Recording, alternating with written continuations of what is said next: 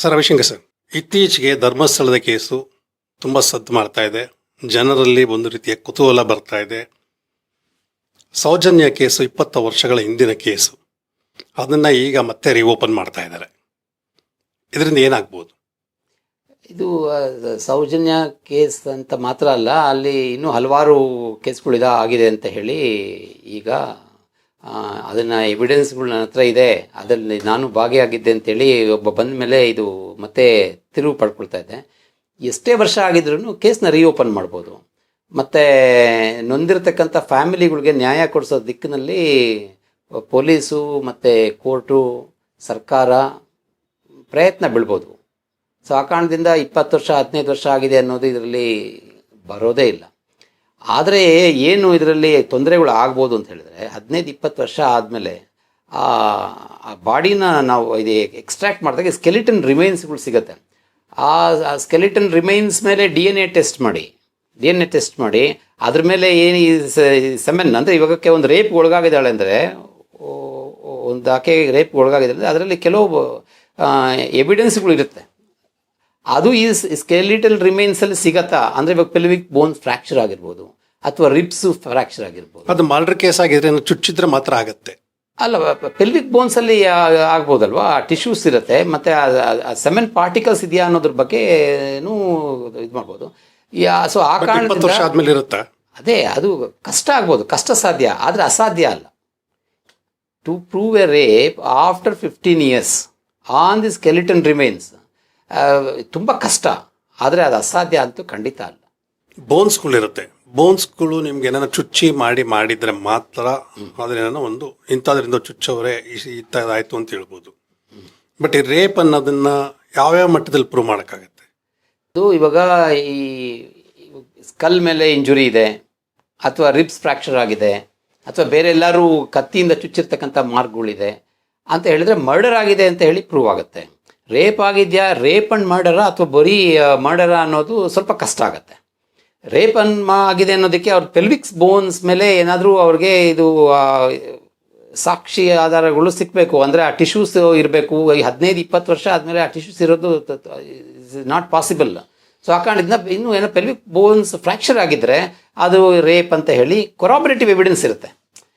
ಬರೀ ಇವಾಗ ಈ ಸ್ಕೆಲಿಟಲ್ ರಿಮೈನ್ಸ್ನ ಆಚೆ ತೆಗೆದು ಮಾತ್ರ ಹೇಳೋದಲ್ಲ, ಇದಕ್ಕೆ ಸಂಬಂಧಪಟ್ಟಿರ್ತಕ್ಕಂಥ ಸಾಕ್ಷಿಗಳು, ಸುತ್ತುವರೆದ ಸಾಕ್ಷಿಗಳು, ಅದ್ರ ಮೇಲೆ ಕೋರ್ಟು ಒಂದು ಡಿಸಿಷನ್ಗೆ ಬರುತ್ತೆ. ಬರೀ ಡಿ ಎನ್ ಎ ಇದು ಏನು ಫೊರೆನ್ಸಿಕ್ ಸೈನ್ಸ್ ಅನಾಲಿಸಿಸ್ ಬಗ್ಗೆ ಮಾತ್ರ ಅಲ್ಲ, ಅದ್ರ ಜೊತೆಗೆ ಅದರ ಸಂಬಂಧಪಟ್ಟಂಥ ಸಾಕ್ಷಿಗಳನ್ನು ಪರಿಗಣಿಸಿ ಇದು ರೇಪ್ ಅಂಡ್ ಮರ್ಡರ ಅಥವಾ ಬರೀ ಮರ್ಡರ ಅನ್ನೋ ಇದಕ್ಕೆ ಕೋರ್ಟ್ ಬರ್ಬೋದು.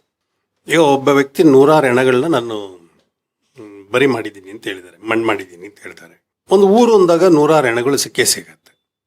ಅವೆಲ್ಲ ರೇಪ್ ಅಂತ ಕನ್ಸಿಡರ್ ಆಗತ್ತಾ? ಇಲ್ಲ, ಅದು ಬಂದ್ಬಿಡ್ತಾರೆ ಜಂಪಿಂಗ್ ಇಂಟು ಕನ್ಕ್ಲೂಷನ್ ಅಂತಾರಲ್ಲ, ಈಗ ಗೊತ್ತಿಲ್ಲದೆ ಇರತಕ್ಕಂಥ ಇದರಲ್ಲಿ ನಾವು ಮಾತಾಡ್ತಾ ಇದ್ದೀವಿ ಅಂತ ನನಗನ್ಸುತ್ತೆ.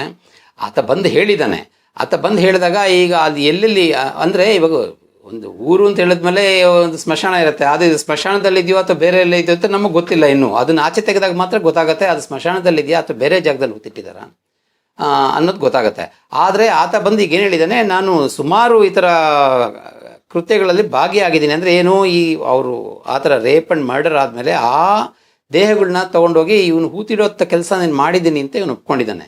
ಇದರಲ್ಲಿ ಇನ್ನೊಂದು ನಾವು ಗಮನಿಸಬೇಕಾಗಿರೋ ವಿಷಯ ಏನಂದರೆ, ಈತ ಬಂದ್ಬಿಟ್ಟು ಬರೀ ಏನೋ ಒಂಥರ ಅಪ್ರೂವರ್ ಅನ್ನುವಂಥ is also A partner in that crime.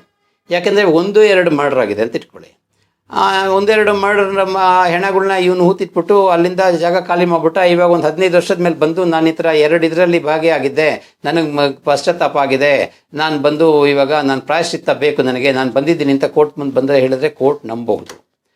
ಆದರೆ ಈತ ಮಾಡಿರೋದು 1-2 ಅಲ್ಲ, ಈತನೇ ಹೇಳ್ತಾ ಇದ್ದಾನೆ ಒಂದು 50-60 ಅನ್ನೋದ್ರ ಬಗ್ಗೆ ಈತ ಹೇಳ್ತಾ ಇದ್ದಾನೆ. ಅಂಥ ಪರಿಸ್ಥಿತಿನಲ್ಲಿ 50-60 ಈತ ಮಾಡಿದ್ದಾನೆ ಅಂದರೆ ಈತನೂ ಒಂದು ಅಪರಾಧಿ. Is also partner in crime. ಅಂದರೆ ಇವಾಗ ಈಸ್ ಏಡಿಂಗ್ ಆ್ಯಂಡ್ ಅಬೆಟಿಂಗ್. ಈತ ತೊಗೊಂಡಾಗ ಅದನ್ನು ಹೂತಾಕೋದ್ರಿಂದನೇ ಅವ್ರು ಮಾಡ್ತಾ ಇದ್ದಾರೆ ಅನ್ನೋದು ಒಂದು ಆಲೋಚನೆಯೂ ಬರುತ್ತೆ. ಈತನೂ ಅದರಲ್ಲಿ ಭಾಗಿಯಾಗಿದ್ದಾನೆ. ಸೊ ಆ ಕಾರಣದಿಂದ ಇದು ಕಾನೂನಾತ್ಮಕವಾಗಿ ತುಂಬ ನಾವು ಕುಲಂಕುಷವಾಗಿ ನೋಡಬೇಕಾಗುತ್ತೆ. ಮುಂದೆ ಟ್ರಯಲಲ್ಲಿ ಗೊತ್ತಾಗತ್ತೆ. ಆತನ ಮೇಲೂ ಕಾನೂನು ಪ್ರಕಾರ ಆ್ಯಕ್ಷನ್ ತೊಗೊಳ್ತಾರೆ. ಆತನ ಅಪ್ರೂವರ್ ಅಂತ ನಿರ್ಧಾರ ಮಾಡ್ತಾರೋ ಅಥವಾ ಅಕ್ಯೂಸ್ಡ್ ಅಂತ, ಅಂದರೆ ಇವಾಗ ಎಸ್ಟಾಬ್ಲಿಷ್ ಆದಮೇಲೆ ಆತನನ್ನು is A partner in crime ಅಂತ ಡಿಸೈಡ್ ಮಾಡ್ತಾರೆ ಅನ್ನೋದು ಕೋರ್ಟ್ಗೆ ಬಿಟ್ಟಿರ್ತಕ್ಕಂಥ ವಿಷಯ, ಅವ್ರ ವ್ಯಾಪ್ತಿನಲ್ಲಿ ಬರುವಂಥದ್ದು ಅದು. ಇದು ಪೊಲಿಟಿಕಲ್ ಡೆವಲಪ್ಮೆಂಟ್ ಏನಾರು ಆಗ್ತಾ ಇದೆಯಾ? ಅದು ನೀವೇ ನೋಡ್ತಾ ಇದ್ದೀರಿ, ಪ್ರತಿಯೊಂದು ಇವಾಗ ಏನಾದರೂ ಆಗಲಿ, ಇವಾಗ RCB ರ್ಯಾಲಿನಲ್ಲಿ ಸ್ಟ್ಯಾಂಪೀಡ್ ಆಯಿತು, ಅದನ್ನು ಪೊಲಿಟಿಕಲ್ ಅಡ್ವಾಂಟೇಜ್ ತೊಗೊಂಡ್ರು. ಇಂಥ ಎಲ್ಲ ಏನಾಗುತ್ತೆ, ಇದು ಈ ಜನರ ಗಮನ ಬರುವಂಥ ವಿಷಯದಲ್ಲಿ ಎಲ್ಲದರಲ್ಲೂ ಪೊಲಿಟಿಕಲ್ ಅಡ್ವಾಂಟೇಜ್ ತೊಗೊಳೋದಕ್ಕೆ ಪ್ರತಿಯೊಂದು ಪಾರ್ಟೀಸನ್ನು ಪ್ರಯತ್ನ ಬೀಳುತ್ತೆ. ಆದರೆ ಇದಕ್ಕೆ ಪೊಲಿಟಿಕಲ್ ಓವರ್ಟರ್ನ್ಸ್ ಕೊಡೋಕ್ಕೆ ಹೋಗಬಾರ್ದು. ಇದನ್ನು ಕಾನೂನಾತ್ಮಕವಾಗಿ ಮಾತ್ರ ನಾವು ನೋಡಬೇಕೇ ಹೊರತು ಇದರಲ್ಲಿ ಪಾಲಿಟಿಕ್ಸ್ನ ಇನ್ವಾಲ್ವ್ ಆಗೋಕ್ಕೆ ಬಿಡಬಾರ್ದು. ಫೇರ್ ಟ್ರಯಲ್ ಆಗಲೇಬೇಕು. ಮತ್ತು ಆ ಥರ ಕೃತ್ಯಗಳು ಆಗಿದ್ದರೆ ಅದಕ್ಕೆ ತಕ್ಕ ಶಿಕ್ಷೆಗಳು ಆಗಬೇಕು. ಮತ್ತು ಅದು ಬಂದ್ಬಿಟ್ಟು ನ್ಯಾಷನಲ್ ಲೆವೆಲಲ್ಲಿ ಒಂದು ಕೇಸ್ದಾಗಿ ಉಳಿಯುತ್ತೆ. ಅಕಸ್ಮಾತಾಗಿ ಅವ್ರು ಇನ್ವಾಲ್ವ್ ಆಗಿದ್ದಾರೆ ಅಂತ ಹೇಳಿದ್ರೆ ಯಾರು, ಅದು ಆ ದೇವಸ್ಥಾನದವರು, ಅವರು ಆಡಳಿತ ಮಂಡಳಿಯವರು, ಅಥವಾ ಅವ್ರ ಮಕ್ಕಳು, ಅವ್ರ ಮೊಮ್ಮಕ್ಕಳು, ಅಥವಾ ಯಾರಾದರೂ ಇರಲಿ, ಅವ್ರನ್ನ ಯಾರ್ಯಾರನ್ನ ಇವಾಗ ಅಕ್ಯೂಸ್ ಮಾಡ್ತಾ ಇದ್ದಾರಲ್ಲ ಅವರೆಲ್ಲ ಅದ್ರಲ್ಲಿ ಭಾಗಿಯಾಗಿದ್ದರೆ ಅವ್ರಿಗೆ ತಕ್ಕ ಶಿಕ್ಷೆ ಕಾನೂನು ಪ್ರಕಾರ ಆಗಬೇಕು. ಅಕಸ್ಮಾತಾಗಿ ಅವ್ರಿಗೆ ಆಗಿಲ್ಲ ಅಂತ ಇಟ್ಕೊಳ್ಳಿ, ಅವರು ನಿರ್ದೋಷಿಗಳಾಗಿ ಹೊರಗಡೆ ಬಂದರೆ ಅವ್ರಿಗೆ ತಕ್ಕಂತಹ ಮರ್ಯಾದೆ ಕೊಡಲೇಬೇಕಾಗತ್ತೆ. ಇಂತಹ ಸಂದರ್ಭದಲ್ಲಿ ಏನಾಗುತ್ತೆ, ಇದು ಧರ್ಮಸ್ಥಳ ಅದು ನಮ್ಮ ಧಾರ್ಮಿಕ ಕ್ಷೇತ್ರ, ಅದನ್ನು ನಂಬಿರತಕ್ಕಂಥ ಕೋಟ್ಯಾಂತರ ಜನರ ಭಾವನೆಗೆ ಧಕ್ಕೆ ಆಗುತ್ತೆ. ಅದನ್ನು ನಾವು ತುಂಬ ಹುಷಾರಾಗಿ ಸರ್ಕಾರ ಆಗಲಿ, ಅದರಲ್ಲಿರ್ತಕ್ಕಂತಹ ಲಾಯರ್ಸ್ ಆಗಲಿ, ಪರ ವಿರೋಧ ಎರಡೂ ಕಡೆ ಇರತಕ್ಕಂತಹ ಜನರಾಗಲಿ, ಅಂದರೆ ಇವಾಗ ಆ ರೇಪ್ ವಿಕ್ಟಿಮ್ಸ್ಗೆ ನ್ಯಾಯ ಸಿಗಬೇಕು ಅನ್ನೋದು ಒಂದು, ಅದು ಅದರಲ್ಲಿ ಎರಡು ಮಾತಿಲ್ಲ, ಅದಾಗಲೇಬೇಕು. ಆದರೆ ಅದು ಧರ್ಮಸ್ಥಳಕ್ಕೆ ಯಾವುದೇ ರೀತಿಯಾದಂತಹ ಆ ಭಕ್ತರಿಗೆ ಧಾರ್ಮಿಕ ಭಾವನೆಗೆ ಅಡ್ಡಿಯಾಗತಕ್ಕಂತಹ ಒಂದು ಮಾತು ಬರಬಾರ್ದು. ಕ್ರೈಮ್ನ ಸಪ್ರೇಟಾಗಿ ನೋಡಬೇಕು, ಧಾರ್ಮಿಕ ಕ್ಷೇತ್ರನ ಸಪ್ರೇಟಾಗಿ ನೋಡಬೇಕು. ಇನ್ನೊಂದು ನಿಮಗೆ ಇದು ಬರೀ ಧರ್ಮಸ್ಥಳಕ್ಕೆ ಮಾತ್ರ ಇದು ಸೀಮಿತ ಅಂತ ನಾನು ಹೇಳೋದಿಲ್ಲ. ತಿರುಪತಿನಲ್ಲೂ ಇರ್ಬೋದು, ಕಾಶಿನಲ್ಲಿ ನಿಮ್ಗೆ ಹೋದರೆ ನದಿಗಳಲ್ಲಿ ನೂರಾರು ಹೆಣಗಳು ತೇಲಾಡ್ತಾ ಇರ್ತವೆ, ಅದೆಲ್ಲನೂ ರೇಪ್ ಆ್ಯಂಡ್ ಮರ್ಡರ್ ಅಂತ ಹೇಳೋಕ್ಕಾಗತ್ತಾ? ಆಗೋದಿಲ್ಲ ಅಲ್ವಾ? ಮತ್ತು ಅಲ್ಲಿ ಅಕಸ್ಮಾತ್ ಇರಬಹುದು. ಹೆಂಗೆ ಗೊತ್ತಾಗತ್ತೆ ನಮಗೆ? ಇದು ಏನಾಗುತ್ತೆ, ಈಗ ಜನರು ಯಾರು ವೀಕ್ ಮೈಂಡೆಡ್ ಇದ್ದಾರೆ ಅವ್ರೇನು ಮಾಡ್ತಾರೆ, ಅವ್ರಿಗೆ ಜೀವನದಲ್ಲಿ ತೊಂದರೆ ಆದಾಗ ಅವ್ರ ಮುಖ ಮಾಡೋದು ಯಾವ ಕಡೆ? ಅವ್ರ ಮುಖ ಮಾಡೋದು ಈ ಧಾರ್ಮಿಕ ಕ್ಷೇತ್ರಗಳ ಕಡೆ. ತಿರುಪತಿ ಆಗಿರ್ಬೋದು, ಶಬರಿಮಲೆ ಆಗಿರ್ಬೋದು, ಧರ್ಮಸ್ಥಳ ಆಗಿರ್ಬೋದು, ಅಥವಾ ಆ ರೀತಿ ನೂರಾರು ದೇವಸ್ಥಾನಗಳಾಗಿರ್ಬೋದು. ಅಲ್ಲಿಗೆ ಹೋಗ್ತಾರೆ. ಅಲ್ಲಿಗೆ ಹೋಗ್ಬಿಟ್ಟು ಪೂಜೆ ಪುನಸ್ಕಾರ ಮಾಡಿದ್ರೆ ಅವ್ರ ಮನಸ್ಸಿಗೆ ಒಂದು ನೆಮ್ಮದಿ ತರತಕ್ಕಂತಹ ಒಂದು ಇದಕ್ಕೆ ಅದಕ್ಕೋಸ್ಕರ ಅಲ್ಲಿಗೆ ಹೋಗ್ತಾರೆ. ಅಲ್ಲಿಗೆ ಇವ್ರು ಹೋದಾಗ, ಯಾರು ಈ ಭಕ್ತಾದಿಗಳಿಗೆ ಹೋದಾಗ ಅದನ್ನು ಅಡ್ವಾಂಟೇಜ್ ತಗೊಂಡು ಅವ್ರ ಹತ್ರ ಈ ರೀತಿಯಾದಂತಹ ಬಿಹೇವಿಯರು ಅಲ್ಲಿ ಯಾರು ಆಡಳಿತ ಮಂಡಳಿ ಅವ್ರು ಮಾಡಿದ್ರೆ ಅದು ಬಂದ್ಬಿಟ್ಟು heinous of the heinous crime.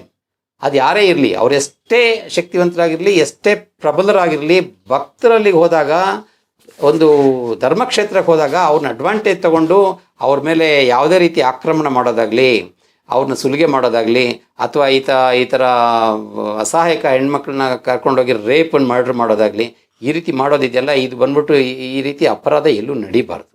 ಮತ್ತು ಬರೀ ಅದು ಹಿಂದೂ ಧರ್ಮಸ್ಥಳಗಳಿಗೆ ಮಾತ್ರ, ಧರ್ಮಕ್ಷೇತ್ರಗಳಿಗೆ ಮಾತ್ರ ಸೀಮಿತ ಅಲ್ಲ. ಅದು ಎಲ್ಲ ಕಡೆ ಆಲ್ ಓವರ್ ದಿ ವರ್ಲ್ಡ್ ಇದೇ ಸೇಮ್ ಸೀಕ್ವೆನ್ಸ್ಗಳು ನಡೀತಾ ಇರ್ತವೆ. ಅದು ಈವನ್ ಇನ್ ವ್ಯಾಟಿಕನ್ ಇರ್ಬೋದು, ಅಥವಾ ಯಾವುದೇ ಕ್ರಿಶ್ಚಿಯನ್ ಚರ್ಚಸ್ ಇರ್ಬೋದು, ಅಥವಾ ಯಾವುದೇ ಧರ್ಮದ ಈ ಧರ್ಮಕ್ಷೇತ್ರಗಳೇನಿದೆ ಅಲ್ಲೆಲ್ಲ ಈ ಥರ ಡೆತ್ಸ್ಗಳು ನೂರಾರು ಆಗ್ತಾನೆ ಇರುತ್ತೆ. ಆ ಕಾರಣದಿಂದ ಈ ಧರ್ಮಸ್ಥಾನದಲ್ಲಿ ಈ ಪ್ರಸ್ತುತ ಈ ಕೇಸ್ ಏನು ನಡೀತಾ ಇದೆ, ಧರ್ಮಾಧಿಕಾರಿಗಳ ಅವ್ರ ಸಂಬಂಧಿಕರ ಬಗ್ಗೆ, ಆಡಳಿತ ಮಂಡಳಿ ಬಗ್ಗೆ ಏನು ಈಗ ಕೂಗು, ಅವ್ರ ಕ್ರೈಮಲ್ಲಿ ಇನ್ವಾಲ್ವ್ ಆಗಿದ್ದಾರೆ ಅನ್ನೋದು ಕೇಳಿ ಬರ್ತಾ ಇದೆ.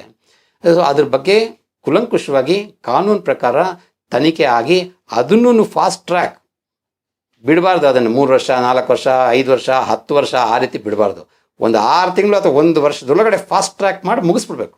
ಸೊ ಆ ಕಾರಣದಿಂದ ನಾವೇನು ಜನಗಳಿಗೂ ಒಂದು ಒಳ್ಳೆ ಮೆಸೇಜ್ ಹೋಗುತ್ತೆ. ನಮ್ಮ ದೇಶದಲ್ಲಿರ್ತಕ್ಕಂಥ ಕಾನೂನು ಮೇಲೆ ಜನರಿಗೆ ನಂಬಿಕೆ ಬರಬೇಕು. ಒಂದು ಕೇಸ್ ಹಾಕಿ ಅದು 10 ವರ್ಷ ನಡ್ಕೊಂಡು ಹೋದರೆ ಅದರಿಂದ ಬರೀ ಪಬ್ಲಿಸಿಟಿ, ನೀವು ಹೇಳಿದ ಥರ ಈಗ ಪೊಲಿಟಿಕಲ್ ಓವರ್ಟೋನ್ಸು ಮತ್ತು ಈ ಪೊಲಿಟಿಕಲ್ ಪಾರ್ಟೀಸ್ ಅದನ್ನು ಅಡ್ವಾಂಟೇಜ್ ತೊಗೊಳಕ್ಕೆ ನೋಡುತ್ತೆ ಹೊರತು ಜನರಿಗೆ, ಅಥವಾ ಅಲ್ಲಿ ನೊಂದಿರ್ತಕ್ಕಂತಹ ಈ ನೂರಾರು ಫ್ಯಾಮಿಲಿಗಳು ಏನಿದೆ ಅಂತ ಹೇಳಿದ್ರೆ ಅದು ನಿಜ ಆಗಿದ್ದರೆ ಅವ್ರ ಫ್ಯಾಮಿಲಿಗಳಿಗೆ ನ್ಯಾಯ ಎಲ್ಲಿ ಸಿಗುತ್ತೆ? ಸೊ ಆ ಕಾರಣದಿಂದ ಫಾಸ್ಟ್ ಟ್ರ್ಯಾಕ್ ಕೋರ್ಟ್ ಮಾಡಿ ಇದನ್ನು ಇತ್ಯರ್ಥ ಮಾಡಬೇಕು.